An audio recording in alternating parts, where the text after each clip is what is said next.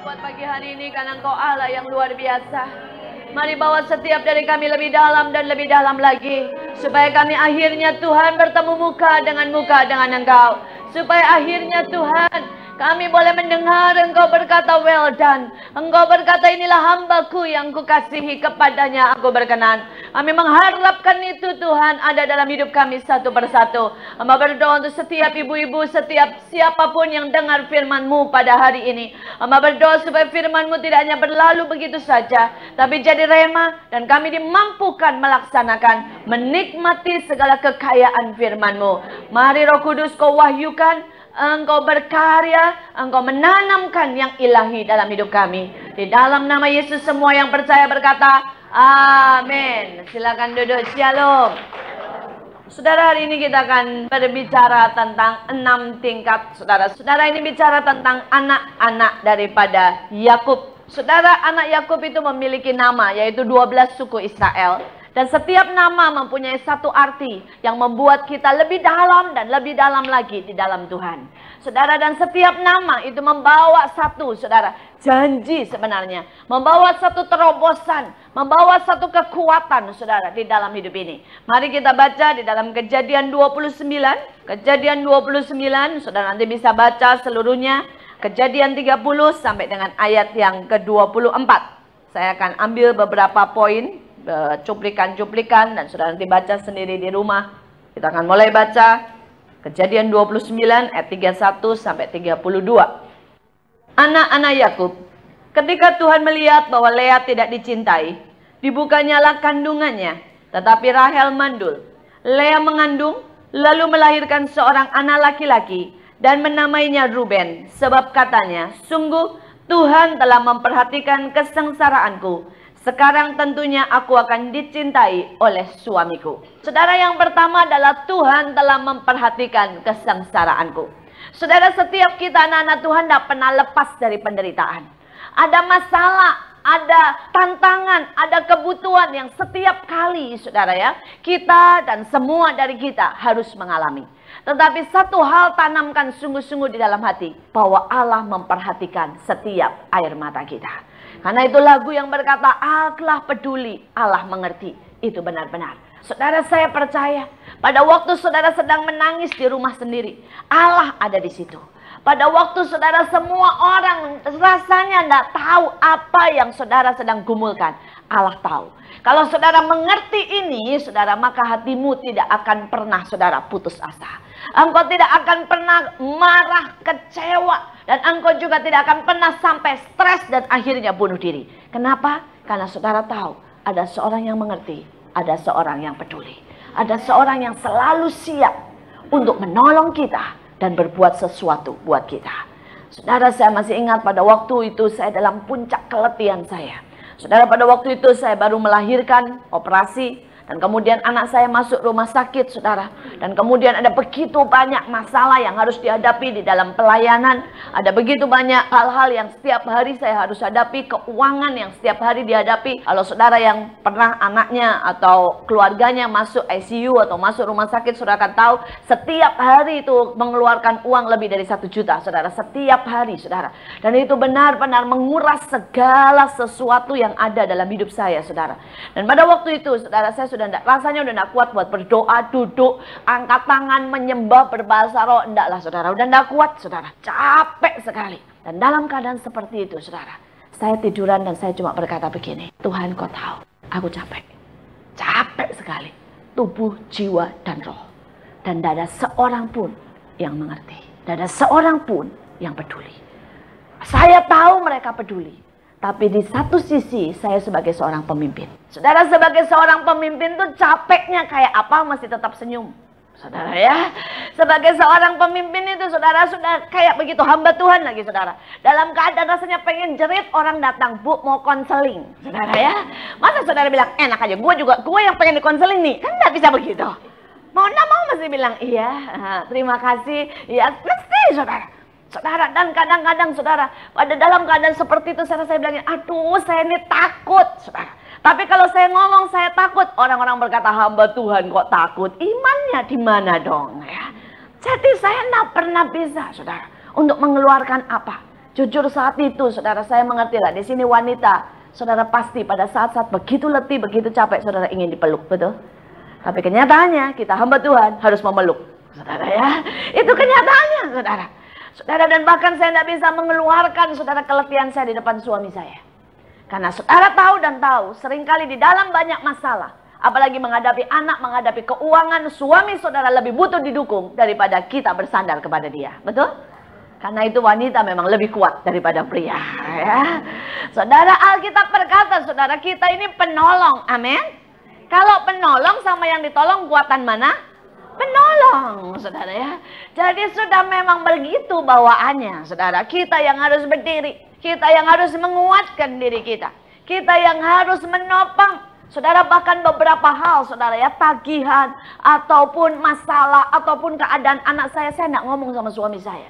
Kenapa? Karena saya tahu dia sudah tambah berat. Ngomong aja udah gak bisa dia, saudara ya. Udah diem. Banyak pria itu kalau punya masalah, dia bukan tambah ngomong, tambah diam. Jadi kalau saudara tahu suami saudara mendadak tambah diam dan tambah diam, itu dia lagi banyak masalah, saudara. Jangan coba dipaksa lagi dengan banyak hal yang lain. Sudah banyak doakan dia, hibur dia, kasih dia makan yang enak, saudara ya. Pijetin dia, saudara ya. Dan jangan ditekan lagi. Karena kalau ditekan lagi bisa mencapai titik break, saudara ya. Pecah dan timbulnya bisa kemarahan, timbulnya bisa lari ke orang lain, timbulnya dia bisa stres, dia bisa putus asa, dia bisa jadi linglung. Saya kenal suami-suami yang sangat linglung ya. Karena stres yang sangat berat, saudara, bawa kaos kaki disimpan di lemari es, saudara ya. Nanti tanya, mana kaos kaki saya, katanya ya. Itu sudah stres tingkat tinggi, saudara. Saya lihat seorang pria pada waktu anaknya baru meninggal, saudara, makan anggur, saudara ya. Anggurnya dibuang, batangnya ditelan, saudara ya. Itu stres tingkat tinggi, saudara. Orang seringkali tidak perhatikan yang seperti itu. Saya sering perhatikan. Saya sering perhatikan. Kalau sudah pria bertingkah laku diam, nonton TV tapi bengong, makan tidak menikmati, cuma sekedar masuk, itu bahaya besar, saudara ya. Wanita masih bisa bicara, saudara. Tapi pria biasanya stres yang paling tinggi membuat dia diam ke dalam. Dan itu bisa mengakibatkan satu, saudara, masalah yang besar. Karena itu pria lebih banyak kena sakit jantung. Pria lebih banyak, saudara ya, kena, saudara, tiba-tiba darah tinggi dan pecah pembuluh darahnya. Ya, karena tekanan-tekanan. Nah, sebagai istri kita harus mengerti. Kita diminta untuk menjadi penolong. Kita diminta untuk menjadi tiang.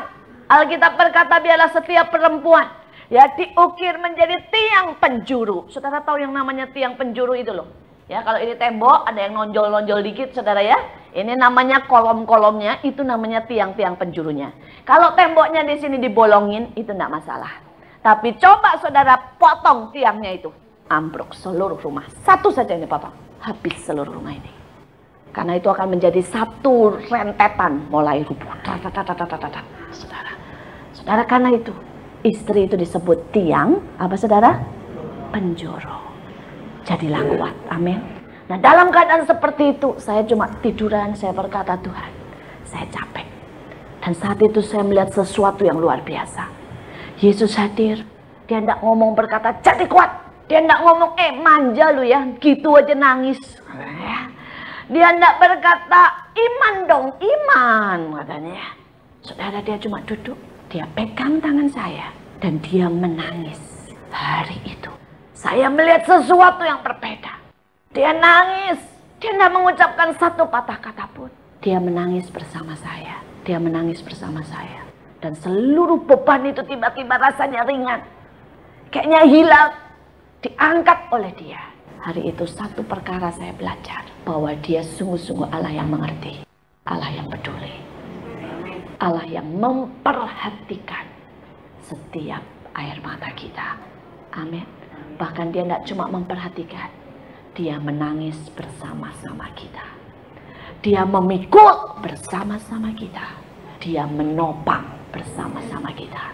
Saudara, saya ingat sesuatu pada waktu anak saya kecil. Ya. Anak saya itu kalau lihat saya bawa barang ya, berat, dia selalu berkata begini, Mama saya yang bawain, saya kan laki-laki.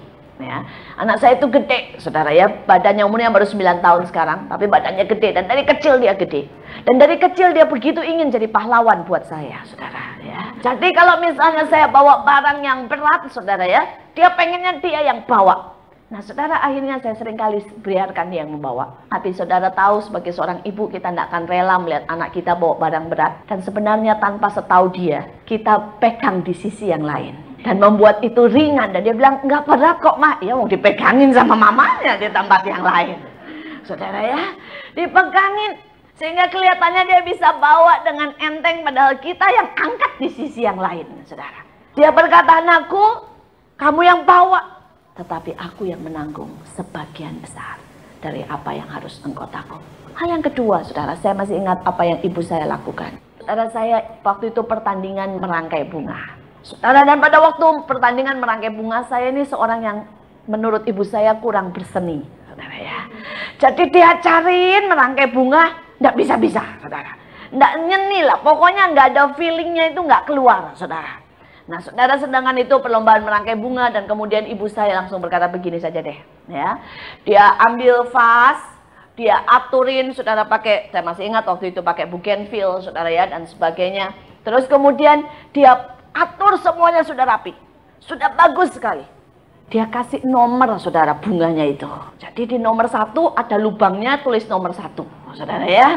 Bunga nomor 2 ditancepin di lubang nomor 2, saudara ya. Dia bilang, lihat ya, ini pokoknya udah dinomerin satu-satu deh. Lu tinggal nancep persis di lubang yang memang harus ditancap, saudara. Gampang, saudara, simple, saudara. Dan akhirnya, saudara, pertandingan itu terjadi. Saya tinggal mengambil bunganya, tidak perlu dipotong, tidak perlu diapa, sudah diukur ibu saya persis semuanya. Ya, kemudian saya tancap di lubang yang sudah ditulis, saudara ya. Dan akhirnya saya keluar juara nomor 2, lumayan, saudara ya, lumayan, saudara. Tapi sebenarnya siapa yang melakukan? Ibu saya, bukan saya, saudara. Sebenarnya saya tidak punya andil banyak, saya cuma sekedar menancapkan. Dan hari-hari ini ada banyak orang yang berkata, mana bisa saya melayani? Mana bisa saya merubah suami saya? Mana bisa saya menghadapi mertua? Mana bisa saya mendidik anak saya? Mana bisa saya lakukan ini dan ini? Saya mau berkata, Allah memperhatikan. Dia buat satu jejak buat kita. Dia buka jalan buat kita. Dia sudah atur tepat seperti kita. Dan itu akan menjadi kebaikan buat kita. Amin. Bagian saudara dan saya cuma satu, lakukan seperti yang Yesus katakan. Amin. Lakukan seperti yang Yesus katakan. Selesai. Kalau saudara bisa mengerti ini, persoalanmu tidak akan menjadi sulit lagi. Masalahmu tidak akan menjadi sulit lagi. Kebutuhanmu tidak perkara yang besar. Tidak ada yang perkara yang besar. Saudara, hari-hari ini saya lihat sesuatu yang luar biasa. Saudara, tanah kami, karena anugerah Tuhan, akhirnya kami bisa membeli tanah, saudara, dengan harga 1,7 M. Semuanya sudah beres. Tapi tanah ini masih berlumpur. Tanah ini benar-benar rawa, saudara, dan butuh diuruk. Dan pada waktu itu, saudara, arsiteknya dan kontraktornya berkata, Bu, kami butuh uang 500 juta lebih hanya untuk menguruk. Saudara, dan saat itu saya berkata, ya sudah, iya. Pada waktu saya bilang iya, karena Tuhan berkata mulai saja, itu saya itu punya uang cuma 40 juta loh, saudara. Kontraktornya sampai telepon 5 kali. Dia bilang, Bu, ibu sudah punya uang? Sudah 50 juta. Loh Bu, bukan, katanya ya. 500. Tahu, saya tahu. Tapi saya punyanya 40 dulu. Saudara, dia bilang, apa enggak kita tunggu dulu sampai duitnya ada, baru kita mulai. Saya bilang, enggak. Tuhan berkata mulai saja. Mulai saja. Saudara, dan akhirnya dimulai. Dan ternyata 500 pun tidak cukup. Tambah lagi, tambah lagi. Tapi saya mau berkata, Allah tahu tepat. Setiap kali tambah lagi, Tuhan sudah sediakan uangnya. Setiap kali dia bilang tambah lagi, Tuhan sediakan uangnya. Karena Allah kita, itu Allah yang luar biasa. Amin. Bagian kita berjalan, bagian kita taat. Karena dia Allah yang memperhatikan. Tingkat yang kedua, kita lihat saudara. Ayat 33. Mengandung pula lah ia, lalu melahirkan seorang anak laki-laki.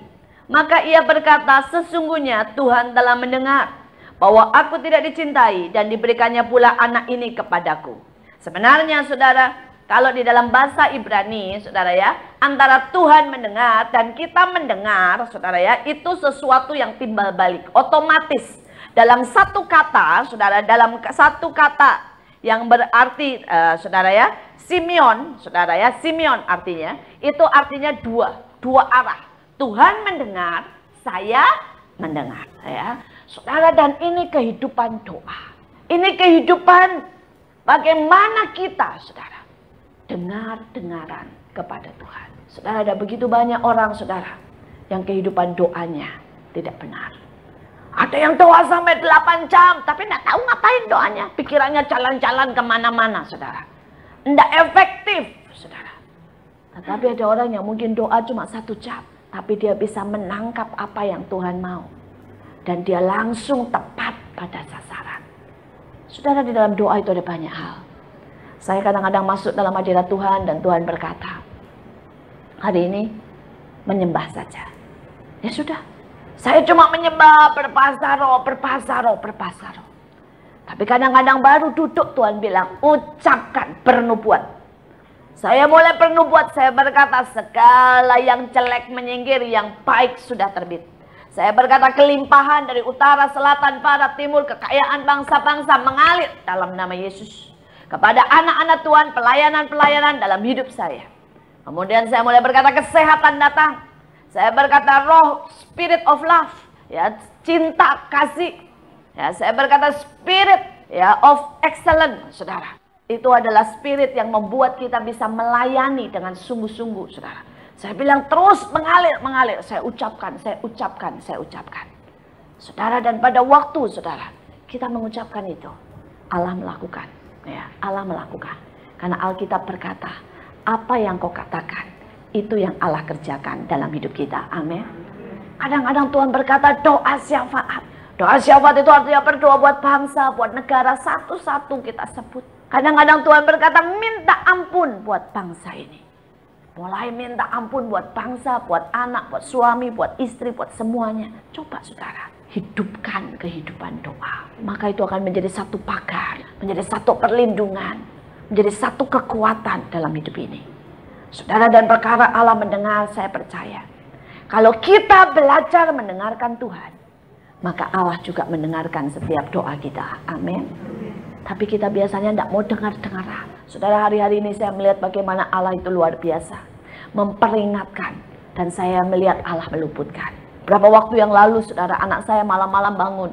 Dan kemudian dia berkata, Mas, saya lihat kebakaran. Saya lihat kebakaran besar. Saya bilang, ya, rumah kita, mah, rumah kita.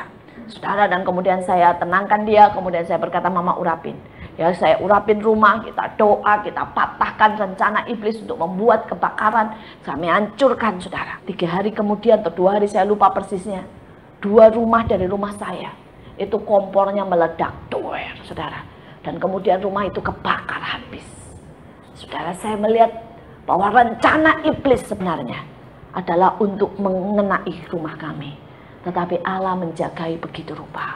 Saudara, kemudian beberapa waktu yang lalu, saya mimpi anak saya itu ketabrak.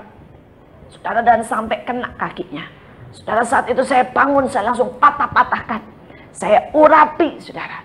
Dan pada waktu saya urapi, saudara, beberapa waktu kemudian anak saya pulang sekolah berkata, Mah, 2 teman kami tadi lagi main di halaman sekolah, ditabrak lari sama sebuah motor. Saudara, saya bersyukur. Ya, saya tahu iblis sedang berusaha mengintai dan mengintai. Tapi itu terus digagalkan, Suami saya mimpi, saudara. Ini tahun lalu sebenarnya, dia mimpi bangun-bangun, dia berkata, yuk kita doa. Saya bilang, apa saya mimpi nabrak orang sampai mati, dia bilang. Saudara, kami doa, kami tangking-tangking, saya tutup bungkus semua di dalam darah Yesus. Saudara, beberapa waktu kemudian kami dengar, saudara, ada begitu banyak, saudara, keluarga, teman, saudara, supirnya nabrak orang sampai mati. Sampai saya berkata, Tuhan, saya tahu ini rencana iblis. Ya, dan kalau kita waspada, kalau kita mendengarkan, maka semua rencana iblis bisa dibatalkan. Amin. Didorong, diusir, dijauhkan dari hidup kita. Saudara, ini waktunya untuk saudara mendengar. Ini waktunya untuk saudara mendengar. Ya, saya belajar hari-hari ini makin dengar-dengaran. Saya belajar untuk tepat seperti yang Tuhan mau. Ya, kadang-kadang Tuhan bicara sesuatu yang kelihatannya aneh, saudara. Kelihatannya aneh. Pernah saya mau makan sesuatu, tiba-tiba Tuhan berkata, jangan dimakan. Itu dalam sebuah pesta. Tuhan berkata, jangan dimakan. Saya pikir, kok aneh. Ya, wong kelihatannya enak, menarik, kok jangan dimakan. Jadi saya makan yang lain. Dan pada waktu saya pulang, saya dengar, dalam makanan itu tidak tahu kemasukan kerang, beracun atau apa, saudara ya, enak. Tapi yang makan itu semua buang-buang air. Saudara, kita belajar peka. Kadang-kadang kita berpikir Tuhan tidak ngurusin soal yang kecil-kecil. Oh ya, Tuhan ngurusin, saudara. Tuhan ngurusin. Tuhan itu penolong dalam segala sesuatu. Amin. Ya, kalau kita belajar, saudara, untuk dengar-dengaran, kita akan lihat soal yang kecil. Ini soal yang kecil baru terjadi kemarin. Kemarin anak saya sekolah, saudara, dan biasanya dia itu taruh topinya. Ada seragam sekolah kan ada topinya, saudara ya. Dia taruh topinya itu di loker sekolah. Biasanya itu seperti itu. Jadi saya tidak pernah suruh anak saya bawa topi, karena selalu topinya di loker sekolah. Dan kemarin, saudara ya, itu pada waktu anak saya sekolah pergi, tiba-tiba itu di hati saya bilang gini, tanya topinya di mana. Tapi karena saya itu malas, saya pikir topi pasti di loker lah, saya bilang begitu. Saya tidak tanya. Ya, saya terusin mandi, anak saya jalan berangkat sekolah, saudara. Dan kemudian kemudian saya pas mau pergi pelayanan, saya lewat ke sekolahnya. Dan kemudian ketemu satu guru dan dia bilang, Bu, Joshua nangis tuh. Saya bilang, kenapa nangis? Ya karena dia satu-satunya yang tidak bawa topi hari ini, katanya ya. Saya bilang, aduh, saya tidak taat, saudara. Ya, ternyata hari itu ada pemeriksaan, saudara. Seragam harus komplit. Kadang-kadang memang tidak selalu topi dipakai, saudara ya. Tapi hari itu pemeriksaan, saudara. Dan semua teman-temannya topinya di loker, topinya dia dibawa pulang, saudara, rupanya. Ya, dan jadinya topinya dibawa pulang, tidak ada di loker, saudara. Dan dia nangis karena dia malu, saudara. Satu-satunya yang tidak bawa topi, saudara ya. Anak saya itu yang kecil ini gengsinya tinggi sekali. Jadi dia bukan takut dihukum, dia malunya itu loh yang membuat dia kesal, saudara ya. Saudara, dan ya saya pulang, saya bilang, sorry Jos, tadi sebenarnya mama udah kerasa. Tapi mama pikir pasti topi kamu di loker. Karena enggak pernah kamu bawa pulang. Dia bilang, iya cuma waktu itu kotor, jadi saya bawa pulang, katanya ya, supaya dicuci. Saudara, hal yang kecil. Coba saya taat. Saya bisa melepaskan anak saya dari sesuatu yang tidak mengenakan. Nah, kita ibu-ibu diminta untuk peka, untuk mendengarkan, maka Tuhan juga akan mendengarkan kita. Amin, saudara ya. Coba dengarkan. Pada waktu bapak-bapak mau kerja berhubungan dengan orang, coba dengarkan. Istri adik saya, jadi adik ipar saya, saudara, itu melakukan itu. Sekali waktu suaminya, jadi adik saya, itu lagi ngobrol sama seseorang. Orang itu kelihatan baik, begitu kaya raya. Tapi istrinya panggil dan dia berkata, Sam, namanya Samuel, panggilannya Sammy, Sam, saya yakin orang itu gak benar. Saya yakin orang itu pembohong. Saudara, dan kemudian adik saya keluar. Dan kemudian dia bawa mobil terbaik. Pakai baju semua terbaik. Katanya orang kaya. Kemudian ternyata adik saya pelan-pelan ngecek. Itu mobil diminjem, saudara ya. Jamnya palsu, saudara ya. Semuanya, saudara, bohong besar, saudara. Rumah, ngontrak, semuanya bohong besar. Dan dia berkata, saya bersyukur punya istri yang mendengarkan Tuhan. Amin. Mau jadi istri-istri yang mendengarkan Tuhan, yang akan mendukung suami, menolong anak-anak, memberkati, saudara ya, memberkati, saudara, dan akan membawa bagaimana hidup kita dibawa dari satu kemenangan kepada kemenangan lain. Kalau saudara punya ya kapasitas untuk mendengarkan Tuhan, dan Tuhan akan mendengarkan kita. Mari kita lanjutkan. Kemudian kita lihat ayat yang ke-34. Mengandunglah pula ia, lalu melahirkan seorang anak laki-laki. Maka ia berkata, sekali ini suamiku akan lebih erat kepadaku, karena aku telah melahirkan 3 anak laki-laki baginya. Itulah sebabnya ia menamai anak itu Lewi. Saudara, Lewi ini artinya keintiman, saudara ya. Artinya erat, artinya sebuah keintiman. Saudara, dan saya berdoa supaya kita di dalam Tuhan selalu punya keintiman. Amin. Saudara, kita punya keintiman dengan suami, dengan anak-anak. Saya mau berkata, hubungan itu jauh lebih penting daripada harta. Hubungan itu jauh lebih penting, saudara, daripada segala, saudara, makanan, minuman, saudara. Saya hari-hari ini konseling dengan banyak orang, saudara. Dan saya lihat, kenapa mereka jadi jahat, kenapa mereka hancur, kenapa mereka gagal, semua masalah hubungan. Salah satunya saudara, saya konseling dengan seseorang. Saudara, ini anaknya orang kaya, sangat kaya.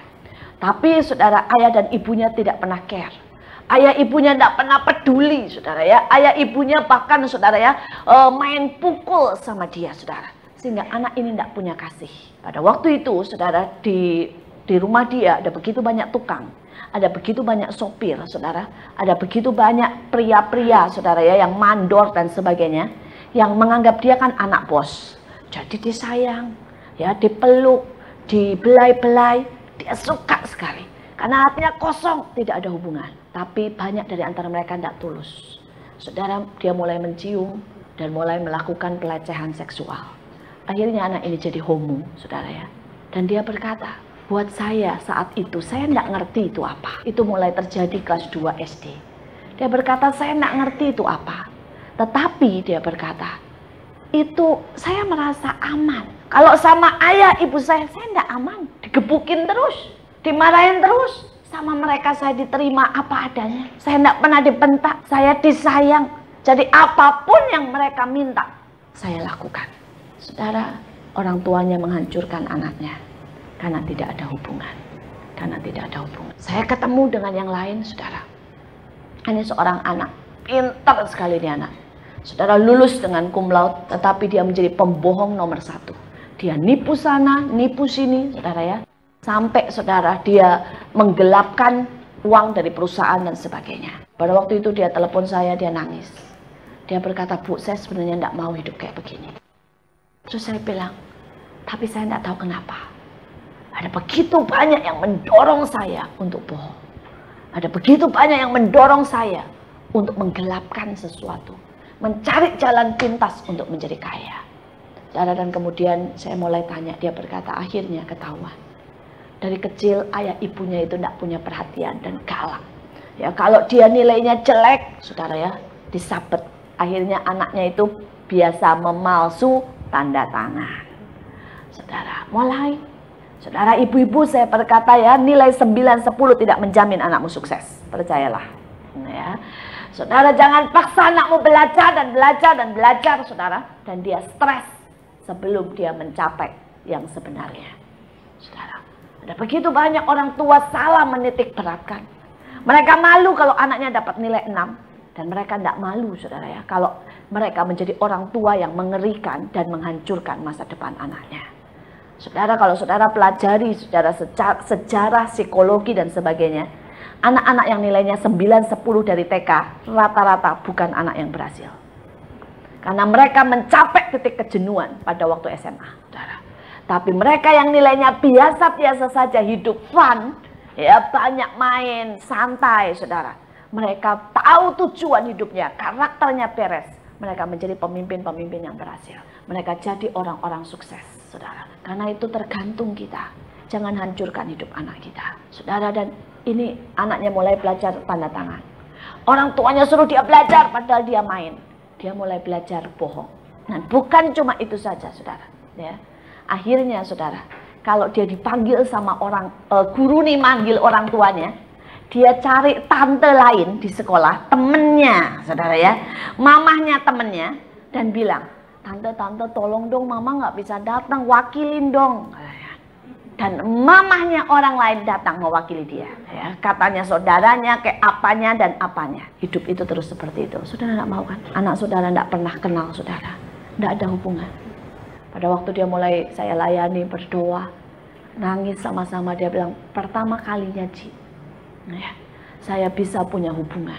Saya bisa punya hubungan yang benar. Dia itu bawa sifat itu sampai sama pendeta juga selalu bohong. Ya, karena dia bilang begitu dekat sama orang nih Ci ya.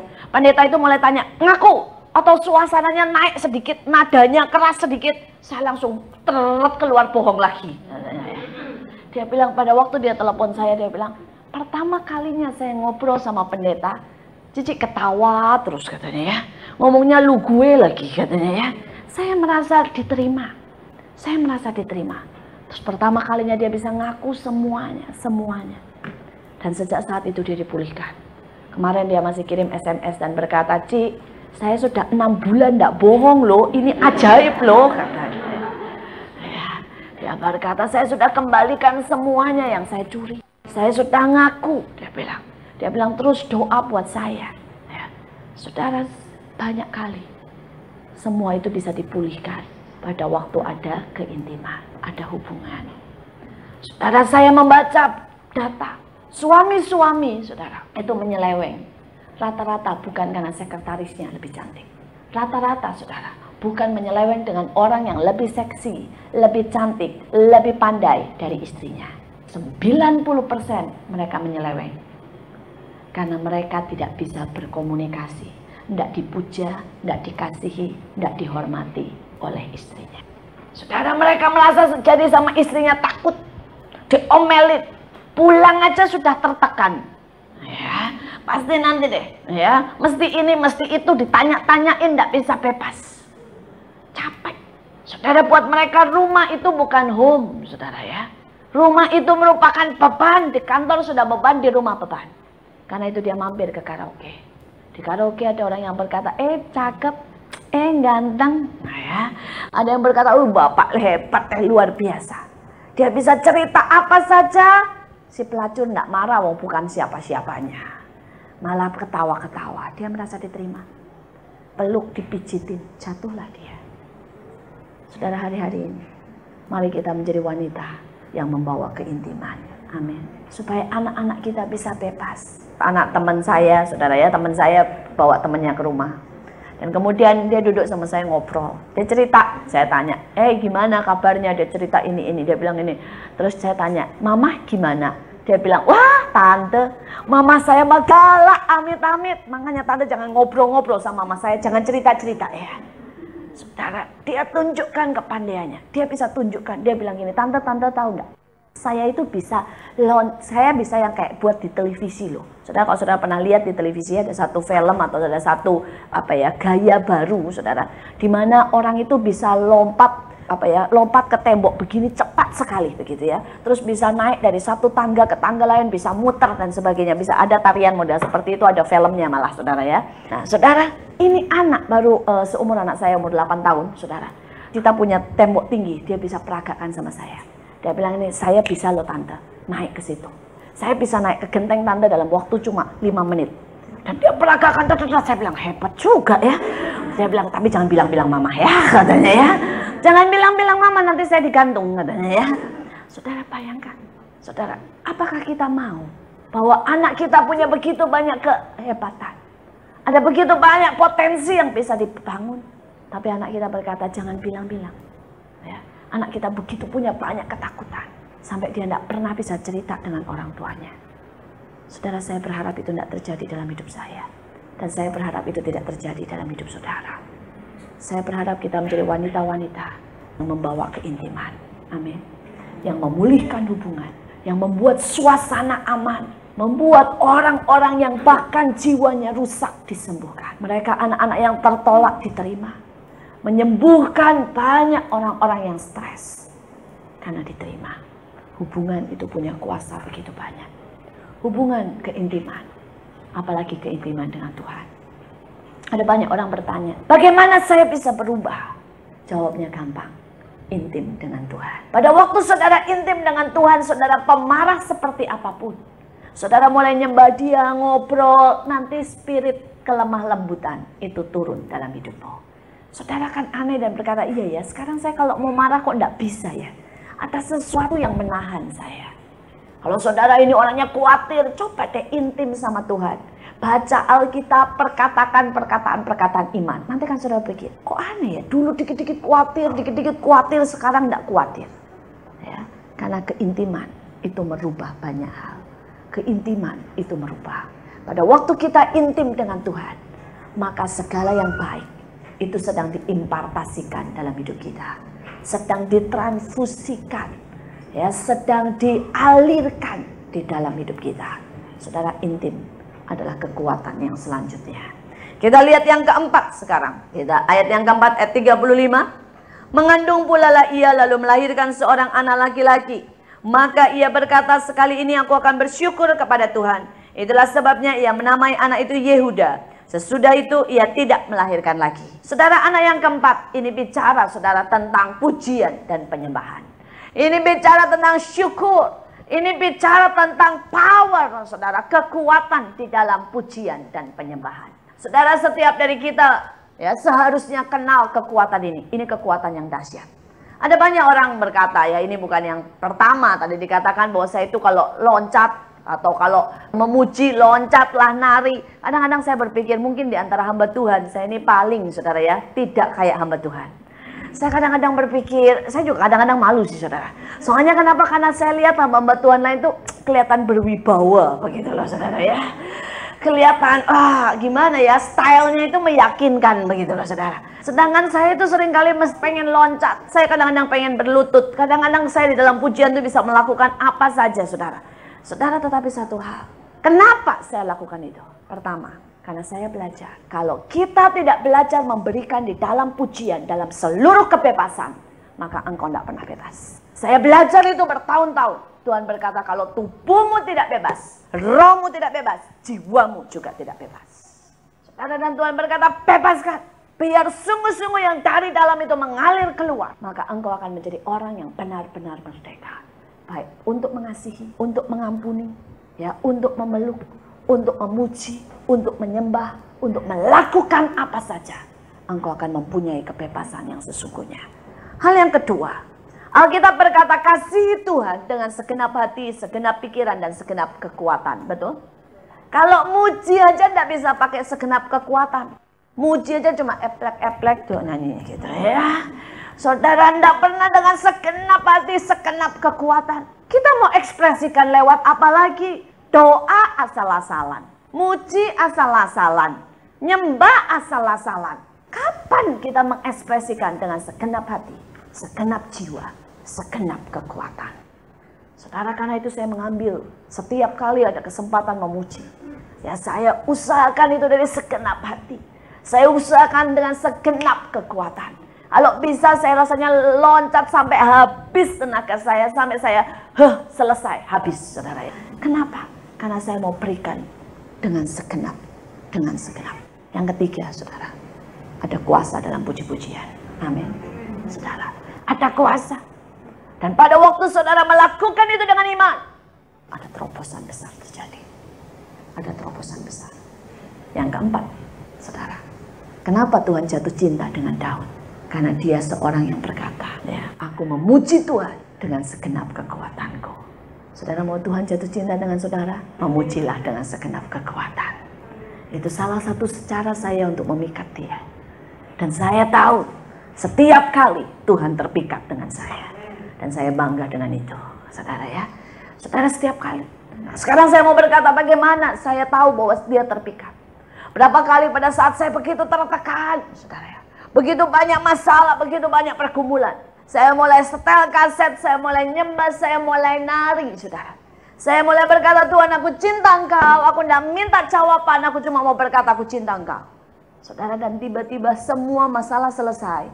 Tuhan jawab semuanya. Dan seolah-olah Tuhan berkata kepada saya, kamu berhasil lagi meruntuhkan hatiku. Ya.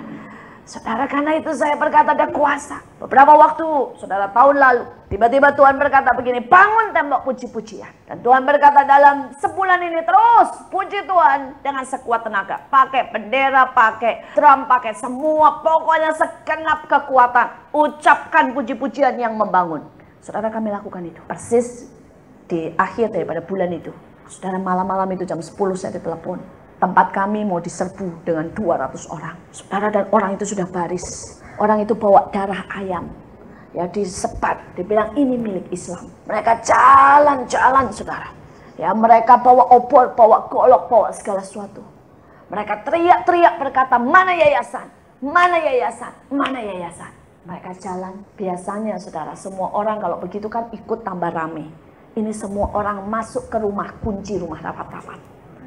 Tidak ada satu orang pun yang mau berkata, saudara, di mana yayasan? Setiap sampai sapam, sampai semua ditanya, mereka semua bilang tidak tahu. Akhirnya mereka jalan. Dan mereka berhenti persis di depan yayasan.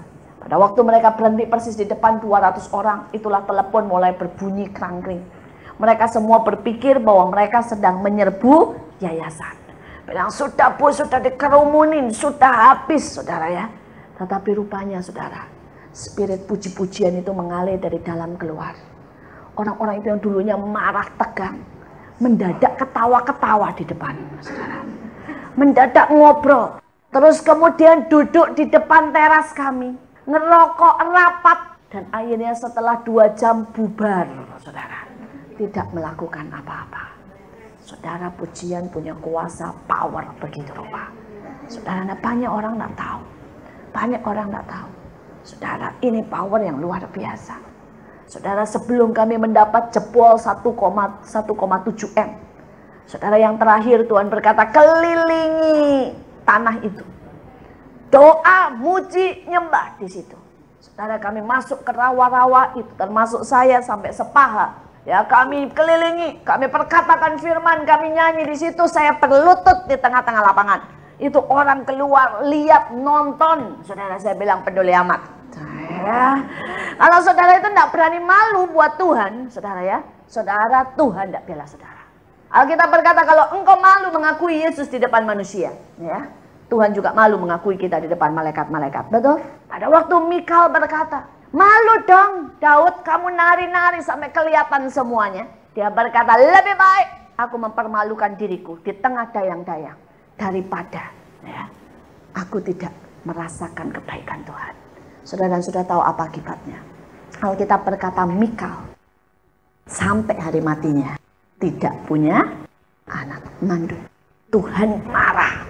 Kenapa? Karena itu orang-orang yang jaim istilahnya. Saudara tahu jaim? Jaga image. Saudara yang Mikal ini berbicara jaga image dong, ya. Jaga image dong, ya. Jaga image jadi raja. Ya, jaga image dong, masa loncat-loncat, malu lah, ngapain? Ya, hati-hati loh, saudara, yang jaga image suka mandul loh. Ya. Saudara, karena itu saya mau berkata, ini waktunya. Ya, gerak gitu loh buat Tuhan. Ya. Berikan yang terbaik buat Tuhan. Amin. Ya. Biarlah rohmu menyala-nyala dalam kebebasan untuk melayani Tuhan. Saudara, dan pada waktu kami menyembah di situ, berdoa, saya angkat tangan, saya berlutut, saya berdoa, saya nyanyi. Tuhan berkata, selesai. Jangan ngeluh, jangan ngomel. Itu memperpanjang kutukan. Saudara percaya kan? Alkitab berkata, saudara, orang Israel itu gara-gara ngomel jadi 40 tahun di padang gurun. Padahal rencana Tuhan cuma 2 minggu, bayangin saudara. Dari 2 minggu jadi 40 tahun. Jadi kalau saudara mau masalah saudara tambah banyak, silahkan ngomel. Cepet naiknya. Ya. Saudara, tapi kalau saudara mau masalah saudara lebih kecil, lebih selesai, apa saudara? Pujian. Makin seru mujinya, iblis tuh makin gini. Gue gak tahan, aduh gue gak tahan. Ini udah cepet-cepet lah gue lepas lari dari situ. Tergantung saudara. Saudara, pada waktu saya mengalami banyak hal, saudara. Saya mengalami banyak hal. Saudara, pada waktu anak saya diserang sama iblis, saya nyanyi, teriak-teriak, saudara. Iblis reda. Iblis berkata, enggak tahan aku. Pada waktu saya sakit, saya doa, saya teriak, saudara. Iblis enggak tahan. Iblis berkata, aduh, deket-deket dia panas semuanya. Ya. Saudara, pada waktu mobil saya ditabrak, saudara. Sampai akhirnya saya harus jalan kaki, saudara. Ya, pada waktu jalan kaki saya turun, saya bilang bagus ini kesempatan. Tanah yang saya injak jadi milik saya. Mobil saya langsung beres, saudara ya. Dia bilang jangan kebanyakan jalan, nanti semua diklaim jadi milik dia. Ya. Saudara, iblis itu takut, saudara. Kalau engkau berjalan dengan kuasa, berjalan dengan pujian. Tapi banyak anak Tuhan begitu ada masalah. Aduh, Tuhan, katakanlah hidup minimal, Tuhan. Gitu ya. Iblis bilang bagus. Terus kasih masalah, tambah lama, tambah panjang supaya dia mundur dari Tuhan. Pilihan di tangan saudara. Ya. Ingat ya saudara, kalau saudara menggerutu itu tidak pernah menyelesaikan. Saudara menyerah dengan iblis tidak pernah menyelesaikan. Ya. Bill Wilson berkata, duduk engkau mati, mundur engkau mati. Satu-satunya kekristenan maju terus. Amin. Nah itu. Amin. Nah ada duduk mati kok, mundur apalagi. Ya. Mari maju bersama Tuhan dengan pujian. Pujian adalah senjata yang luar biasa. Kita lanjutkan, masih 2 lagi. Yang kelima ayat Kejadian 30 ayat 6. Berkatalah Rahel, Allah telah memberikan keadilan kepadaku. Saudara ingat, ada satu sisi dari Tuhan yaitu yang namanya adil. Dan banyak anak Tuhan tidak belajar saudara tentang keadilan. Artinya saudara kita akan mengalami hajaran. Itu adalah keadilan Tuhan. Pada waktu kita salah, kita diampuni, tapi kita tetap harus, saudara, menanggung akibatnya. Itu adalah keadilan. Saudara, keadilan adalah, saudara, kita harus menempatkan segala sesuatu pada tempatnya. Kita harus menempatkan Tuhan sebagai Raja segala raja. Kita harus menempatkan suami sebagai orang yang kita kagumi, kita hormati, kita tunduk kepadanya. Kita harus menempatkan anak sebagai orang yang dikasihi. Kita harus memberikan pada setiap orang pada bagiannya. Kalau saudara berjalan dalam keadilan, maka saudara akan melihat hidup ini, saudara ya, di dalam jalur dan kemenangan. Tapi banyak orang tidak adil. Artinya begini, dia melayani, tapi dia tidak tunduk sama suami. Tidak adil. Maka iblis serang, sehingga berkatnya tidak pernah jebol. Di satu sisi yang lain, mungkin dia tunduk sama suami, tetapi saudara, dia tidak menghormati orang tuanya. Hidupnya tidak pernah bahagia. Karena Alkitab berkata, orang yang tidak hormat dan mengasihi orang tuanya, hidupnya tidak akan bahagia. Di satu sisi, mungkin dia orang pelayanan banget, tapi dia lupa memperhatikan anaknya. Anaknya jatuh dalam narkoba, dan dia berkata, Tuhan kenapa? Tuhan tidak bisa buat apa-apa, karena kita harus adil. Ada waktu pelayanan, ada waktu untuk keluarga. Saudara, ada banyak orang tidak adil. Yang mereka bekerja begitu rupa. Saudara, mereka tidak jaga kesehatannya. Akhirnya iblis serang dengan penyakit lever atau penyakit apa, saudara. Mereka berkata, kenapa Tuhan tidak menjaga? Dan Tuhan harus ada di dalam keadilannya.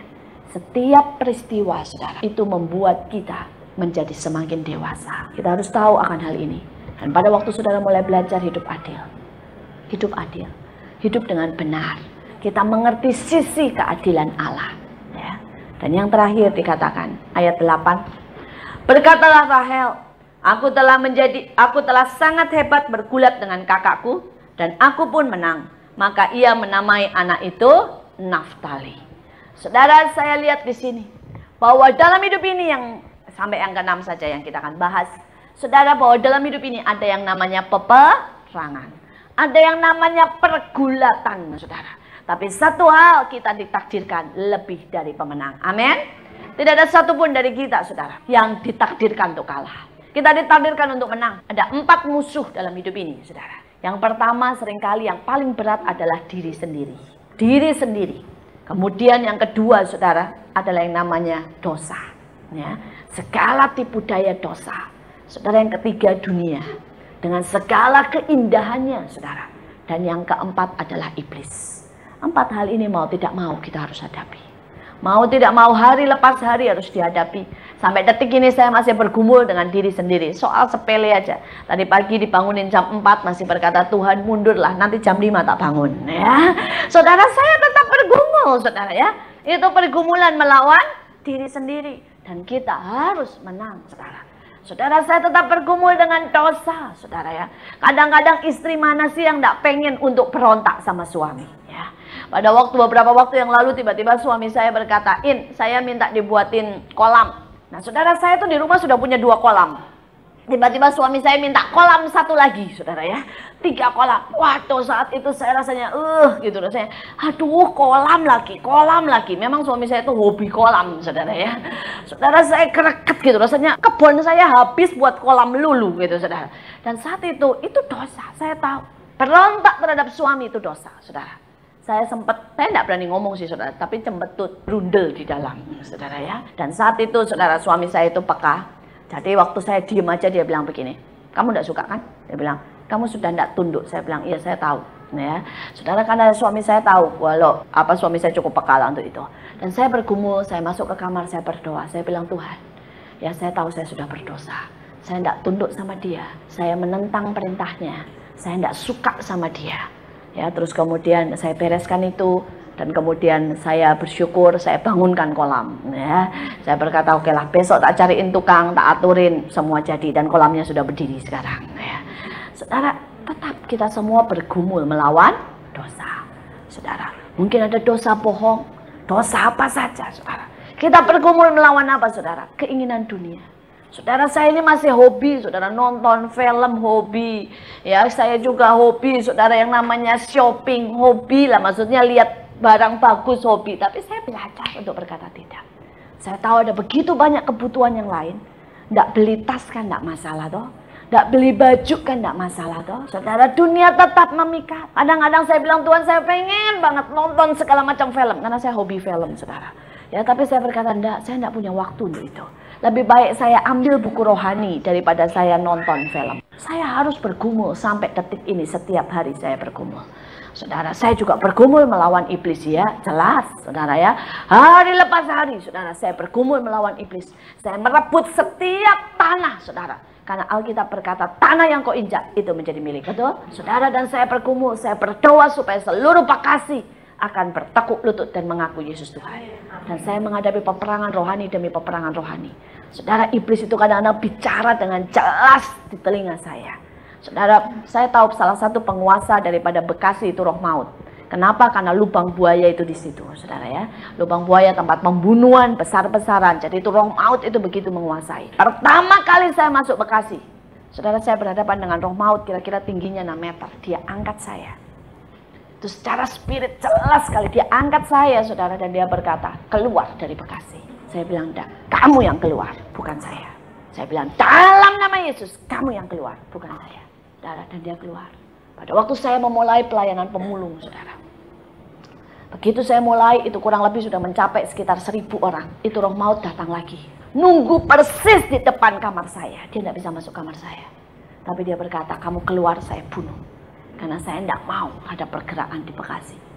Saya saat itu terus bergumul, saya bilang, Tuhan tolong saya. Saya tahu dia ada di situ, saya tangking tidak mau pergi, diem. Saudara, tidak ngapa-ngapain, tapi diem ditungguin roh maut. Ngeri loh saudara, ya. Saudara itu benar-benar, aduh saudara, saya bikin. Tapi mau gimana saudara, masa pemimpin mau telepon anak buah, gua ngeri nih ada roh maut di depan pintu, kan nggak bisa. Ya, pendeta, saudara, yang masa mau begitu. Ya nanti anak buah saya ngomong apa, ih ibu gitu kan, malu katanya ya. Mau nggak mau saudara, saya masih enggak, saya bilang gitu, saya enggak takut, saya tahu saya lebih dari pemenang, saya ucapkan semua ayat walaupun jujur hati empot-empotan saudara ya. Saudara ya, saya berdoa.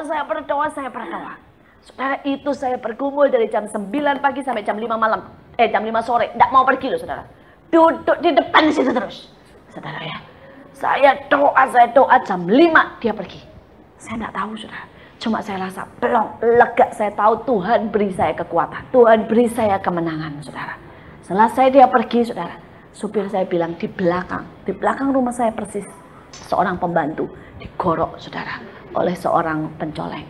Saudara, dan iblis ngomong sama saya, ya saya tidak bisa dapat kamu, saya cari orang lain. Saudara, tapi dia bilang tunggu. Saudara, tunggu. Kemudian pada waktu terus, saudara, hidup saya seperti itu. Saudara, beberapa waktu yang lalu, pada waktu kami mencapai 5.000. Kembali tiba-tiba, saudara, saya merasakan sesuatu, saudara, di badan saya. Dan itu saya tahu sakitnya minta ampun. Saya ke dokter, dan dokter berkata itu ada kista, saudara. Kista yang merobek saluran indung telur saya.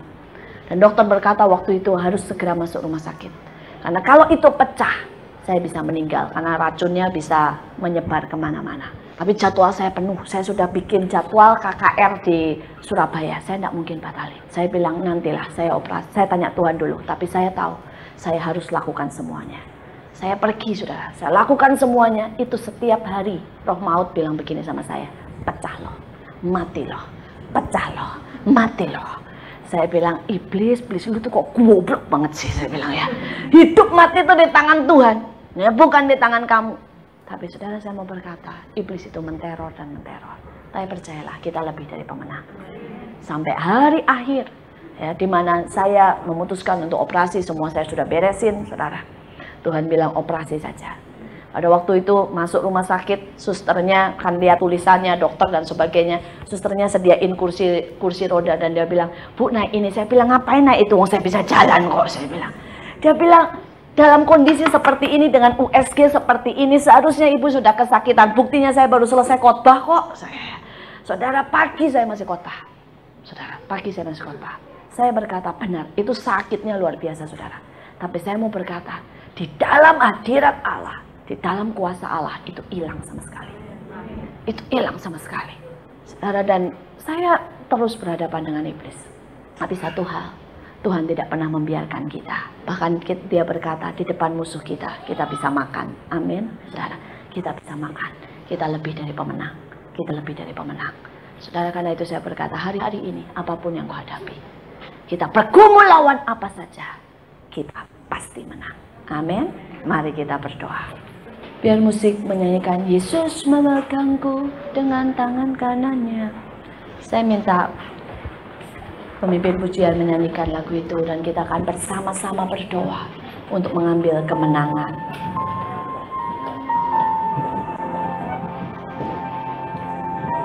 Kami tidak takut menghadapi apapun Tuhan.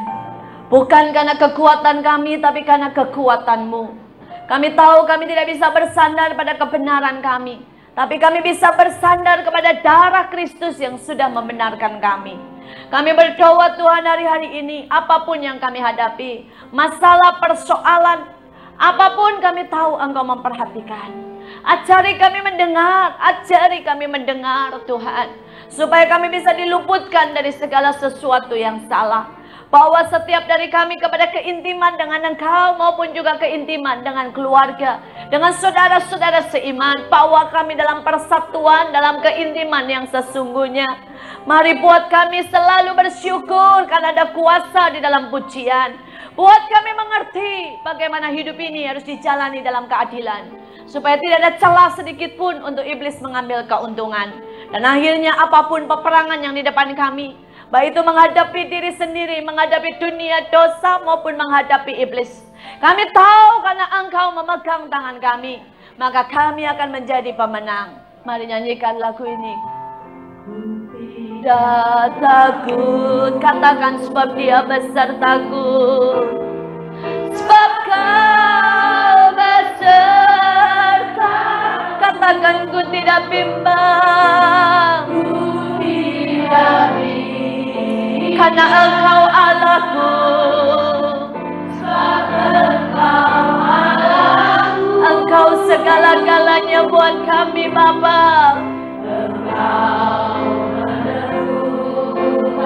Engkau yang meneguhkan setiap kami dan menopang kami. Yes Lord, Kiara Paratashe.